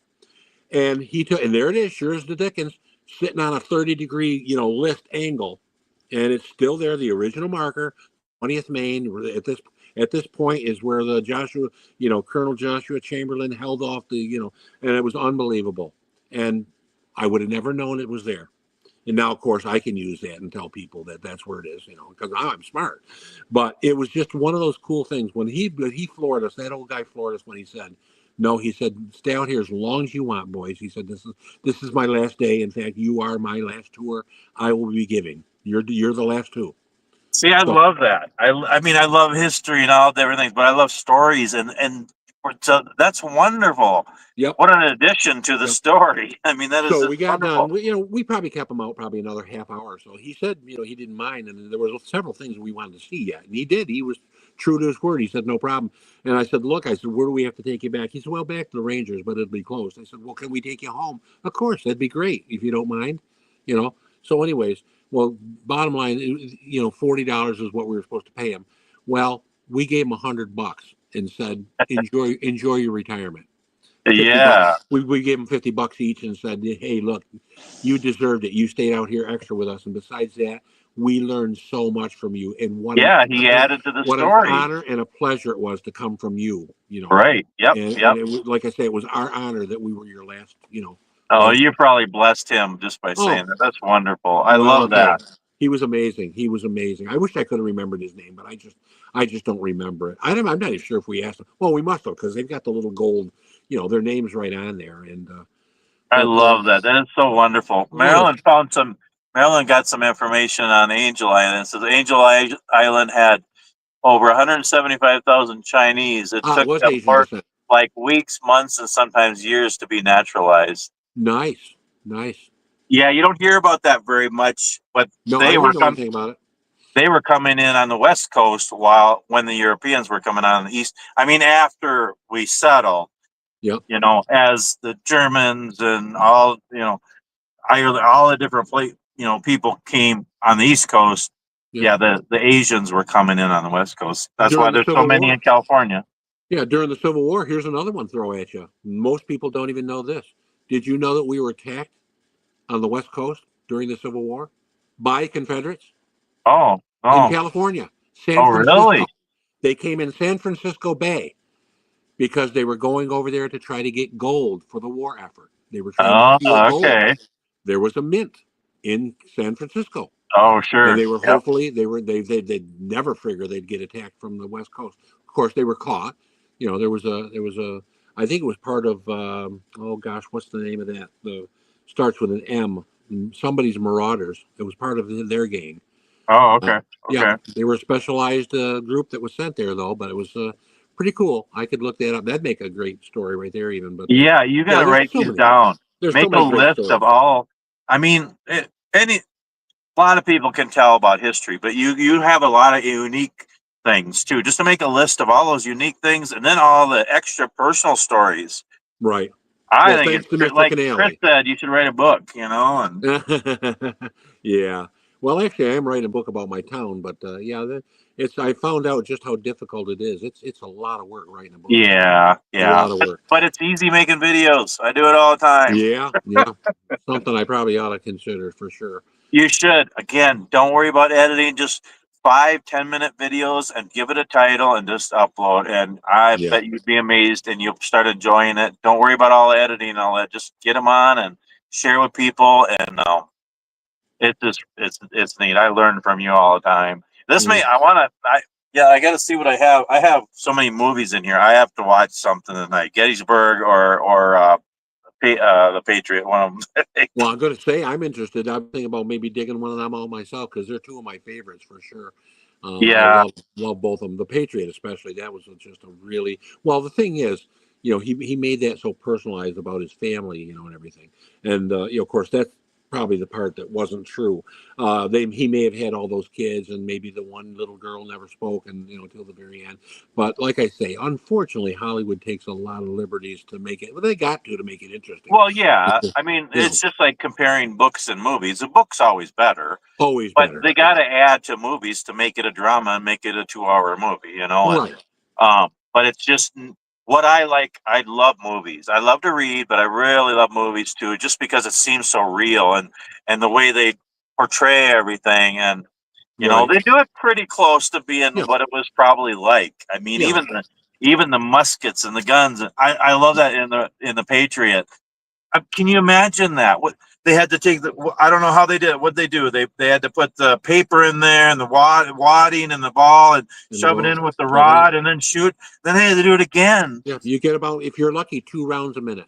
Yeah, and then the way they fought back then before they knew trench warfare. And they stand in a line. They all shoot.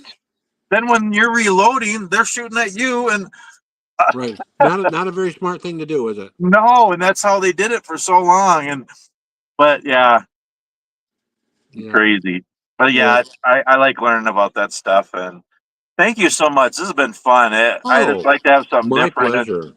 I don't know a lot about this, and I learned, and yeah, just really Well, neat, really fun.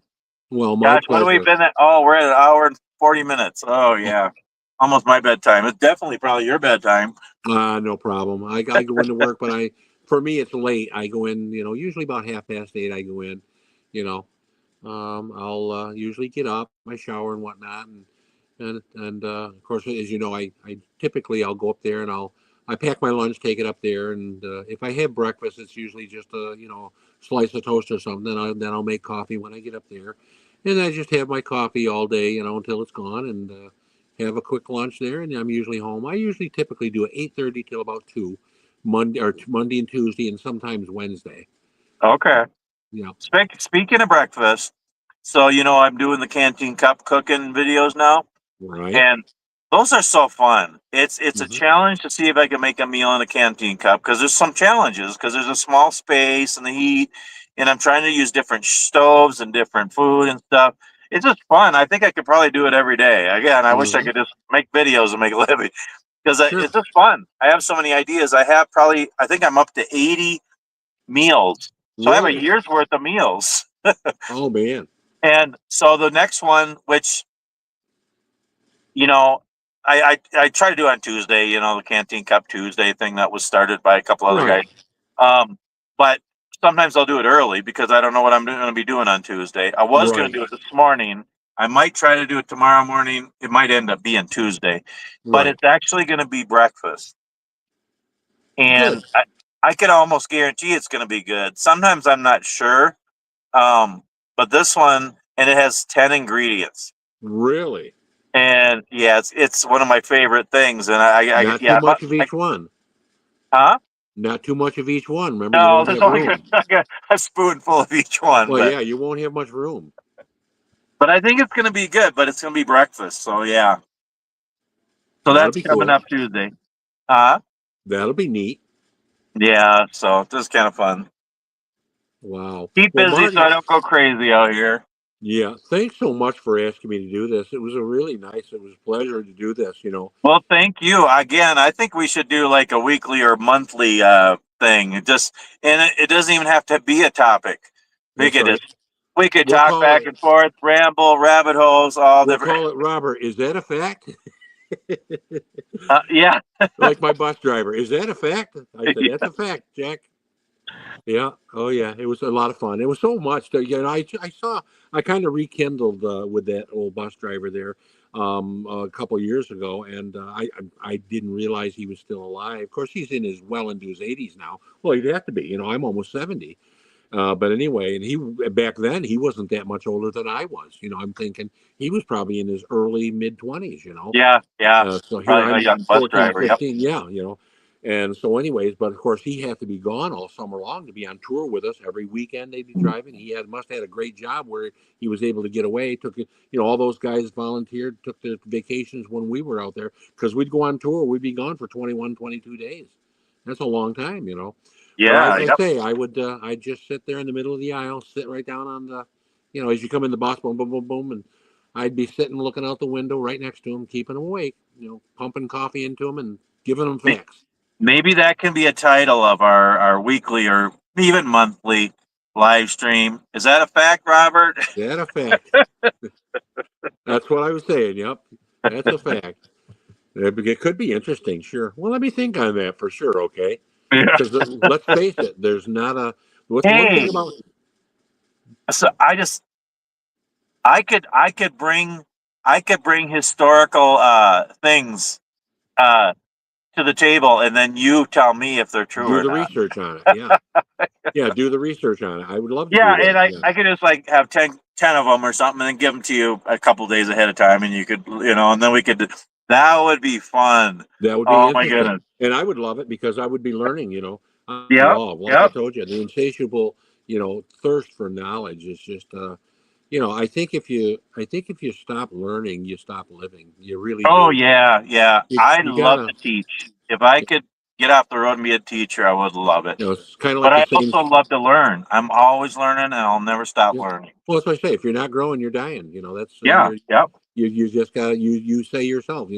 Live life fully, and that's kind of part of it. You gotta get yourself full of knowledge because that's what makes you be able to speak on certain subjects. People. right. You got things to share. Yep, yep, You've got knowledge, and you never know when people are interested in certain things. Some will never will be, but others are like, oh my goodness, I didn't know that. I didn't know that. You yep. know, you know why you didn't know that because I didn't tell you that. That's why. Well, there's a lot That of things like that. there. The old flying with the geese. You've heard about the flying with the geese, right? Have you ever? I'm sure you have. Oh yeah, it's a well. Let's face it. Who hasn't walked out? Like especially now, the geese will be coming home from south, Oh right? yeah.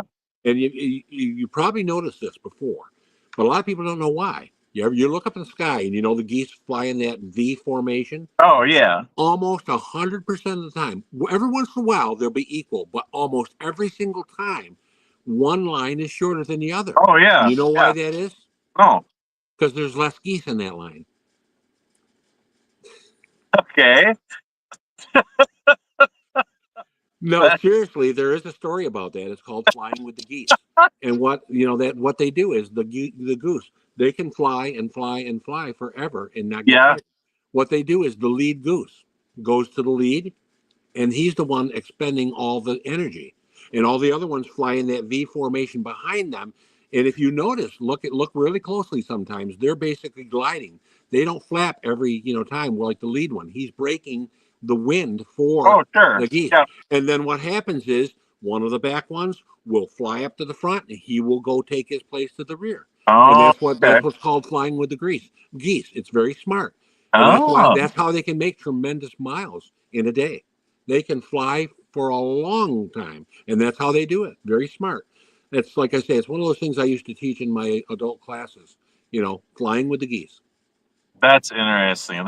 Cool, isn't it? That would be another neat thing to do. We could just have random things, random facts and trivia. Because now it doesn't even have to just be history, all kinds of stuff, and just share. Okay. That's Yeah. fun and interesting, and you Say, learn. And I did not know that. yeah. Oh, I mean, yeah, just fun. Yeah, a lot of fun. A lot of fun. We Well, should look at probably get Marty. ready to end this so we can both go to sleep. So, Yeah, you probably better get in there too. So you've been on the road all day. You've got to be exhausted. yeah, I'm gonna get up at 5, and so I can be there early. So, Yeah. but it's a couple hours later for you. Yeah, it's almost 10 for you right now. So, Yep. It's going for 10. That's okay. I'm not that late. Like I say, I don't have to be up there till 8:30 or so. I've got a lot of sleep time in. yeah. Well, Yeah. thank you so much. This has been a lot of fun. We'll do this again. Sure, my pleasure. I just hope, like I say, I hope we didn't bore anybody. Oh, If they I bet. want, if they Yeah, want there's more been a of few. this, tell them to come up with a topic. Yeah, yeah, and there's been a few people on here, and a lot of people watch the replay more than the live. So Right, right. I think people are going to like this. So, and you get some like Frankie did the other day. You should do a live and have me on, or have one of the other guys on, and that would be Mm-hmm. fun too. I like to Yeah. be on the other side of it. Right, right, right. Well, you did a good job. I didn't do anything. You did everything today. This has been wonderful and nice. You. Not talking as much, having this, letting you talk. Well, I'm I've learned a tired of that lot. by now. This has Yeah, been yeah. fun. Okay. Well, look at you. Take care, okay, and we'll talk to you tomorrow. Okay, have a good All night. right. Good night to you. All right, bye bye.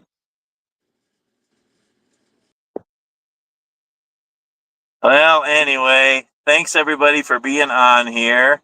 Uh, it's been fun. I hope you enjoyed this different live stream. Having my friend Robert on here and just talking about history, I learned a lot. I think it's just fun to just learn some different things. And yeah, anyway, thanks for everybody being on here on the live, and thanks for everybody who will watch it after the fact. Again, please give it a thumbs up if you liked it. Subscribe to my channel if you like my silly videos. Check out the Amazon links and the Marty's Ramblings merch if you want. And yeah, I just pray you're all doing well. And yeah, we'll see you on the next video, which will probably be my canteen cup that canteen cup cooking meal. And yeah, I'm looking forward to that one. It's gonna be good. It's gonna be breakfast. So anyway, I'm gonna end this. I'm tired. I'm gonna kick back and rest for the evening. But yeah, just remember, history is important. It's important to know it. And the thing is, this is one thing to think of too. It just popped into my head. We're all making history every day, and that's important too. And we're all a part of history. And I mean, our story is important. We all have a story to share, and we can do that through our YouTube and through our families and relationships and communities. Our story is part of history, and yeah, so it's all good. So anyway, thanks so much for watching. We'll see you on the next one.